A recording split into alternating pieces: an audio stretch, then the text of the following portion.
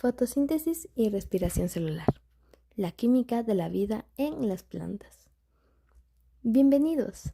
Hoy vamos a adentrarnos en los detalles químicos de dos procesos esenciales para la vida de las plantas, la fotosíntesis y la respiración celular. Vamos a entender qué ocurre en cada paso y cómo estos procesos se relacionan entre sí.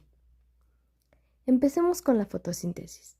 Este es el proceso que permite a las plantas y también a algunos otros organismos convertir la energía de la luz solar en energía química, que se almacena en moléculas de glucosa.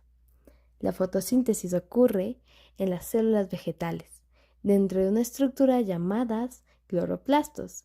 Esos cloroplastos contienen un pigmento especial llamado clorofila, que es clave para captar la energía de la luz solar. Pero veamos el proceso más de cerca.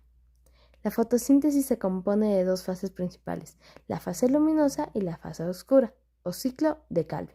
La fase luminosa ocurre en las membranas de los tilacoides, dentro del cloroplasto. Aquí, la clorofila absorbe energía de la luz solar.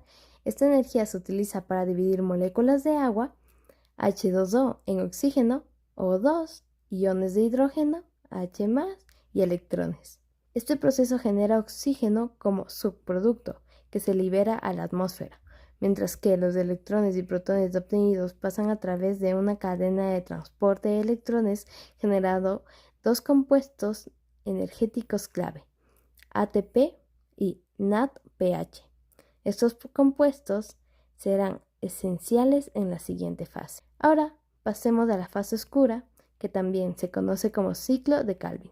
Aquí no es necesaria la luz, pero sí se utilizan los productos de la fase luminosa, el ATP y el NADPH. En esta fase, el dióxido de carbono que la planta ha absorbido del aire se fija en la molécula llamada ribosa 1,5 bifosfato, RUBP, gracias a una serie de reacciones químicas.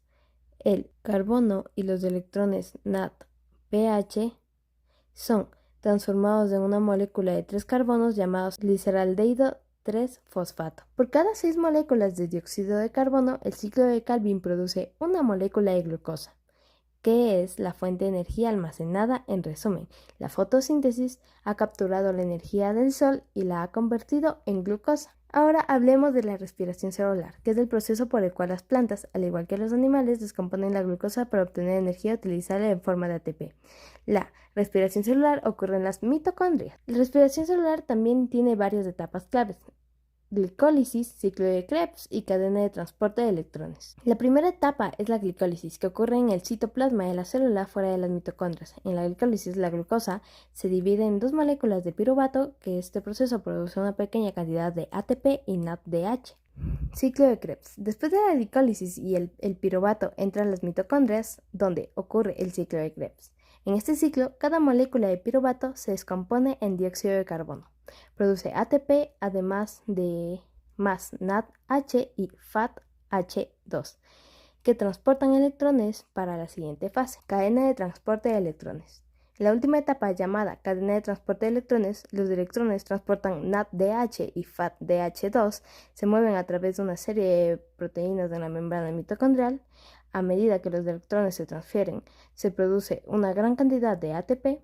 Al final, el oxígeno actúa como receptor final de los electrones, combinándose con los protones para formar agua. El resultado final de la respiración celular es la producción de ATP a partir de la glucosa con dióxido de carbono y agua, como productos de desechos, y aquí es donde vemos la conexión con la fotosíntesis.